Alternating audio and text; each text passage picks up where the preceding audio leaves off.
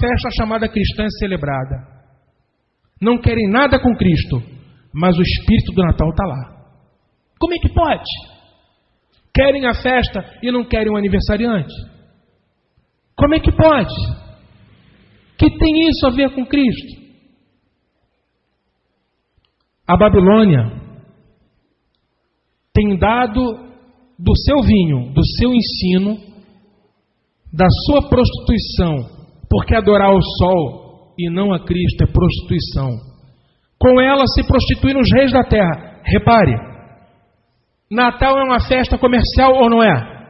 Olha aqui, também os mercadores da terra se enriqueceram à custa da sua... É a festa da luxúria, é a festa da vaidade, é a festa da soberba, é a festa da glutonaria, é a festa da bebedice. Não se enganem, muitos acidentes vão acontecer, que Deus nos guarde, mas no dia de Natal se bebe, se embriaga, por isso que tem que ter lei seca mesmo. Por quê? Porque enchem a cara e vai para a rua. Que espírito cristão é esse? Camarada está embriagado, tirando vida dos outros, dando prejuízo nos outros, batendo com seus carros, pessoas se desentendendo. Pois é, irmãos, é uma festa pagã, porque se fosse cristã, teria justiça, paz e alegria. Mas como não é uma festa cristã, existe tristeza em muitas casas, em filhos cujos pais não têm dinheiro para comprar presente, em famílias aonde o ente querido não está, e aí se sente vazio, porque tem que fazer aquela ceia naquela hora, naquela noite, para depois assistir a missa do galo. Aliás, se o Natal é a festa que adora o sol, olha como é que a Igreja Católica, gente, assumiu um culto babilônico. Isso é babilônico puro. Aquele sacerdote com aquelas roupas vermelhas. Você já viu lá a grande prostituta vestida de vermelha? Vai ver a roupa do Papa, todo vermelho. E a missa se chama missa do galo. Irmão, galo para mim, só azeite. Ou na panela. Que missa? A Sociedade Protetora dos Animais ali se manifestou. Bom, mas a missa é pagã, gente. Olha só, é pagã, a missa é pagã. O que o galo faz?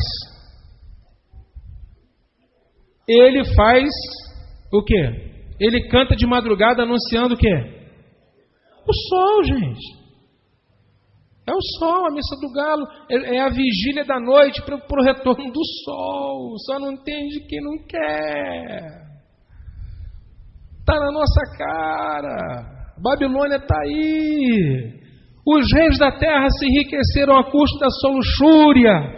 E no versículo 4 está um chamado. Quem tem ouvidos ouça o que o Espírito diz à igreja. Retirai-vos dela. Sai da Babilônia, meu povo. É o chamado de Deus. Para não ser cúmplice dos seus pecados e não participar dos seus flagelos. É um chamado de Deus para que nós venhamos a romper com Babilônia, cortar com as raízes do paganismo. Porque o Deus de Israel é um Deus santo. É um Deus que é santo, santo, santo, santo, santo, santo, adorado, glorificado e exaltado seja para sempre o nome do Senhor nosso Deus. Toda a terra está cheia da sua glória. A Ele a adoração, a Ele a glória. Sim, meus irmãos, precisamos romper com a Babilônia, ouvir o chamado de Deus. Chegamos à segunda parte, então, do nosso estudo. Quando Jesus nasceu? Lucas 2, de 1 a 14. Abra sua Bíblia aí. Cadê sua Bíblia? Jesus nasceu em dezembro? Quando Jesus nasceu? Lucas capítulo 2, versículo 1 a 14. Diz assim a palavra de Deus. Naqueles dias foi publicado um decreto de César Augusto, convocando toda a população do império para recensear-se. O primeiro recenseamento foi feito quando Quirino era governador da Síria. Todos iam alistar-se, cada um à sua própria cidade. José também subiu da Galiléia, da cidade de Nazaré, para a Judéia, a cidade de Davi, chamada Belém, por ser ele da casa e família de Davi, a fim de alistar-se com Maria, sua esposa, que estava grávida. Estando eles ali, aconteceu completarem-se-lhe os dias, e ela deu à luz o seu filho primogênito. O enfaixou e o deitou numa manjedoura, porque não havia lugar para eles na hospedaria. Havia naquela mesma região pastores que viviam nos campos e guardavam seu rebanho durante as vigílias da noite. E um anjo do Senhor desceu aonde eles estavam, e a glória do Senhor brilhou ao redor deles, e ficaram tomados de grande temor. O anjo, porém, lhe disse: não temais, eis aqui vos trago boa nova de grande alegria, que o será para todo o povo. É que hoje vos nasceu na cidade de Davi o Salvador, que é Cristo, o Senhor. E isso vos será por sinal: encontrareis uma criança envolta em faixas, deitada na manjedoura. Subitamente apareceu com o anjo uma multidão da milícia celestial, louvando a Deus e dizendo: glória a Deus nas maiores alturas, e paz na terra entre os homens, a quem Ele quer bem. Lindo esse texto. Vamos analisar. Quando Jesus nasceu, será que Jesus nasceu em dezembro? O texto de Lucas, capítulo 2, mostra que não. Jesus não poderia ter nascido em dezembro. Por quê? Muito simples, dezembro é inverno. Inverno rigoroso. Na Bíblia, na própria Bíblia, você tem versículos falando a respeito disso. João capítulo 10, versículo 22, Jesus está celebrando uma festa chamada Hanukkah, festa da dedicação do templo, e era inverno. Essa festa é celebrada em dezembro, e o texto diz em João 10, 22, era inverno. Era dezembro, com certeza, porque é a festa das luzes, ou Hanukkah, que Jesus estava celebrando. E outros textos mais. Então veja, Jesus nasceu em dezembro? Não. Por que não? Primeiro, foi feito um recenseamento. Olha o texto, Lucas 2:1. Naqueles dias foi publicado um decreto de César Augusto, que era imperador romano, convocando toda a população do império para recensear-se. É o que o IBGE faz, né? O censo, a contagem do povo, para saber quantos habitantes tem. O primeiro recenseamento, foi feito quando Quirino era governador da Síria. Todos iam alistar-se, cada um à sua própria cidade. Meu irmão, se você fosse imperador romano, você, Leonésio, você iria convocar um censo em pleno inverno, onde as pessoas querem ficar dentro de casa, um censo onde todos vão ter que sair e ir para a sua cidade de origem. José, por ser ele da tribo de Judá, ele tinha que ir para Belém. Ele era da tribo de Judá, de Belém da Judéia. José, por ser pai de Jesus, né, ele foi para Belém da Judéia. Ele tinha que se recensear lá. Ora, ele sai de Nazaré e vai para Belém da Judéia. Você acha que ele iria encontrar dificuldades ou não? Com certeza, ele sai da Galiléia e vai para Belém da Judéia. Olha o versículo 4. José subiu da Galiléia, cidade de Nazaré, para a Judéia. Imagina isso no meio de neve. Será que ele foi de esqui? Gente, de trenó? Gente, ele foi montado no jumentinho dele. É difícil você andar no gelo. Então não pode ter feito um recenseamento. Será que não tinha data melhor para fazer um recenseamento a não ser no inverno? Com certeza que sim. E isso já mostra que não pode ter sido no inverno o nascimento de Jesus, porque foi feito um recenseamento. Você precisa ter argumento. Se alguém vier te perguntar, me diga por que Jesus não pode ter nascido em dezembro, abra Lucas 2 e diz: foi feito um recenseamento, as pessoas tinham que sair de todas as partes, isso não pode ter sido feito no inverno. Até porque, como não tinha vaga na hospedaria, como é que estava Belém da Judéia? Gente, estava lotado, e não era por causa do recenseamento não, era porque tinha uma festa sendo celebrada em Jerusalém. Você vai ver que festa é essa. Então não podia ser no inverno, de forma nenhuma. Tá bom? Então vamos lá. Só podia ser em outra parte do ano. O que mais? Será que o imperador convocaria o censo no inverno? Claro que não. Lucas 2, antes do versículo 8, põe aí o versículo 7. 6. Estando eles ali, aconteceu completarem-se-lhe os dias, quer dizer, ela deu à luz ao seu filho primogênito, enfaixou, deitou na manjedoura, porque não tinha lugar para eles na hospedaria. Manjedoura é um lugar como? Frágil, não é? Aberto.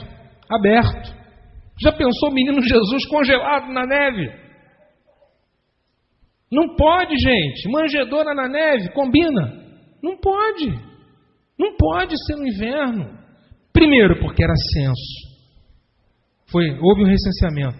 Por que não podia ter sido feito no inverno? Porque o menino ia congelar. Mais uma. Está aqui, versículo 8. Havia naquela mesma região pastores que viviam nos campos e guardavam seu rebanho durante as vigílias Ou seja, rebanhos guardados de noite. Imagina. Rebanhos, campos, céu aberto de noite. Aí, Valéria, ia congelar as ovelhinhas todas. Ia virar picolé de ovelha, não é? Não pode, gente. Você já pensou isso em meio à neve? Neve em Israel. Não pode. Não pode ter sido em dezembro. Esses rebanhos, eles estão retornando, porque não pode ficar no templo. Agora está de dia, imagina de noite. Não pode.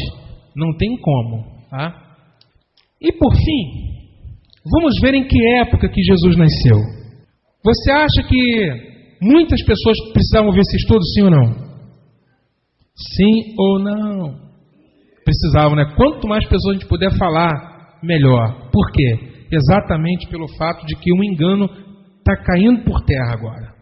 Né? Nada podemos contra a verdade, senão em favor da própria verdade. Que época que Jesus nasceu? A Bíblia nos dá uma pista. A Bíblia não fala a data, mas a Bíblia mostra a época. Não mostra o dia, mas mostra a época. Como é que eu sei? Por causa da Bíblia. A Bíblia nos dá uma pista para encontrarmos o período do ano em que Jesus nasceu. Como é que eu sei? É porque há uma diferença de 6 meses entre João Batista e Jesus. Se nós descobrirmos o dia, ou o mês, o dia não, mas o mês que João Batista nasceu, dá para a gente ver o mês que Jesus nasceu? O que você acha? Dá ou não dá? Dá. Porque a diferença é de 6 meses. Se eu encontrar o mês que João Batista nasceu, eu posso encontrar o mês que Jesus nasceu. E aí então nós chegaremos ao mês do nascimento de Jesus. Lucas 1,5, vamos ler. Nos dias de Herodes, rei da Judéia, houve um sacerdote chamado Zacarias, do turno de Abias. Sua mulher era das filhas de Arão e se chamava Isabel. Muito bem. Quem são esses? São os pais de João Batista. Ele era sacerdote, ele já era idoso, a esposa era idosa e era estéril. E eles oravam ao Senhor querendo um filho. Né? E aí o que Deus fez? Deus, no dia que o Zacarias estava entrando como sacerdote para ministrar no templo de Jerusalém, para queimar o incenso diante de Deus, a Bíblia diz que o anjo apareceu a ele e disse que Isabel conceberia, não muito depois desses dias que Isabel iria conceber, e João Batista ficou muito tão impactado com a notícia que ele ficou mudo. Eu falei João Batista, né? Zacarias. Verdade, Zacarias ficou mudo. Ele simplesmente, o anjo falou, aliás, foi o anjo que disse, você vai ficar mudo, não creu no que eu estou falando? Engraçado, né? Sacerdote incrédulo, sacerdote que não crê, né? O anjo apareceu, você não está crendo não que eu sou Gabriel, assisto na presença de Deus, fui enviado para te dar essa boa nova, vai ficar mudo. Eu acho que se incredulidade deixasse todo incrédulo mudo, ia ter muito pouca gente falando. Mas aí então, O Zacarias ficou mudo